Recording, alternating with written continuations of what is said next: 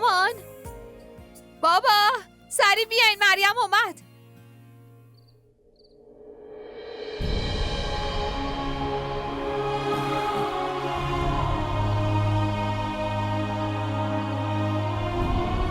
دختر عزیزم،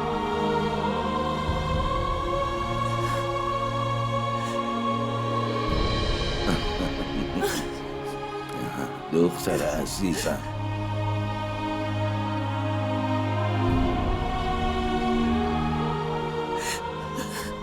چطوری دخترم؟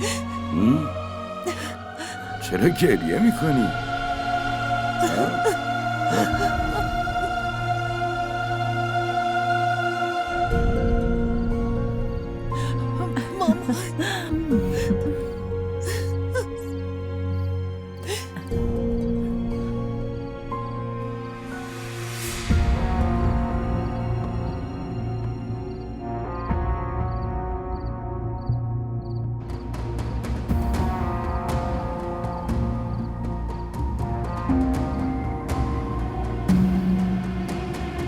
خدا رو 1000 مرتبه شکر.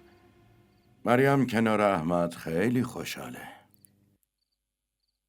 امروز که با چشای خودم دیدم خیالم راحت شد. در ضمن از رفتار احمد مشخصه که خیلی حواسش به مریم است. چرا حواسش نباشه؟ یه همسر زیبا و مهربون نصیبش شده. حتما همه کاراش هم مریم انجام میده. پس باید مراقبش باشه. برات آب بیارم؟ نه الان میل ندارم. چی شده؟ خیلی خسته به نظر میرسی. نه احساس خستگی ندارم. فقط گلوم زیاد درد میکنه. متاسفانه توی خونه که برای گلو درد هیچ دارویی نداری. نه بابا، واسه یه ذره گلو درد که دارو نیاز نیست. تو طول روز گرد و خاک زیاده، منم که همش بیرونم، حتما تأثیرات اوناست. چیز خاصی نیست. به نظرم تو هم باید بری بخوابی، چون فردا خیلی کار واسه انجام دادن داری. دیگه هیچی برای نگرانی نیست. مریم دخترم اومده، همه ای کارا رو خودش انجام میده. باشه، چراغا رو خاموش کن. باشه.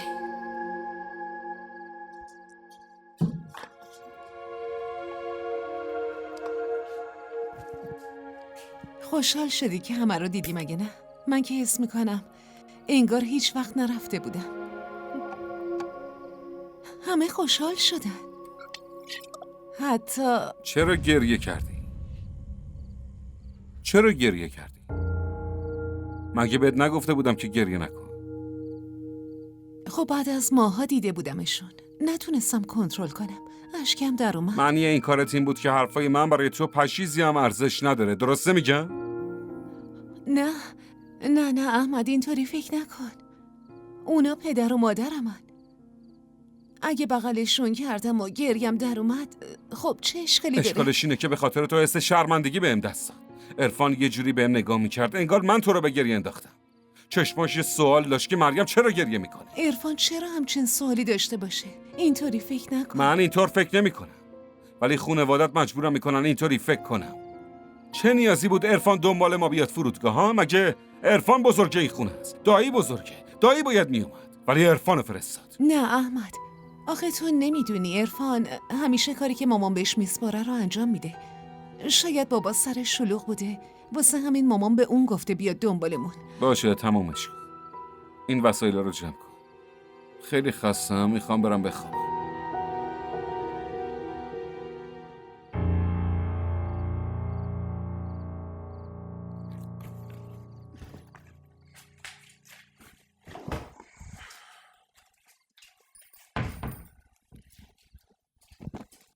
الان کجا داری میری؟ خب میخوام چند دقیقه پیش مامان و فرح بشینیم با هم حرف بزنیم. نه مریم، نه بیخیال. تو نرو اونجا، باشه لطفا، خواهش میکنم. لطفا همینجا کنار من بمون. بدون تو خوابم نمیبره، خواهش میکنم. احمد تو چت شدی؟ مریم خب درکم کن. امشب اولین شبیه که من اینجا. خیلی حس عجیبی دارم، واقعا حس عجیبی دارم. لطفا از پیشم نرو، باشه خواهش میکنم. ببین ما مدت زیادی قراره اینجا بمونیم. وقت خیلی زیادی داریم. حالا بعداً حرف میزنیم. باشه، خیلی خوب.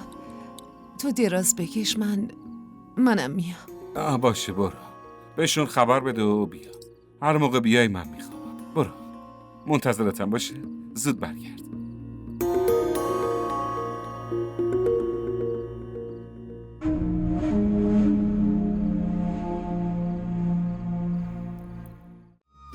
کانال ما رو سابسکرایب کنید. حمایت شما به ما روحیه میده.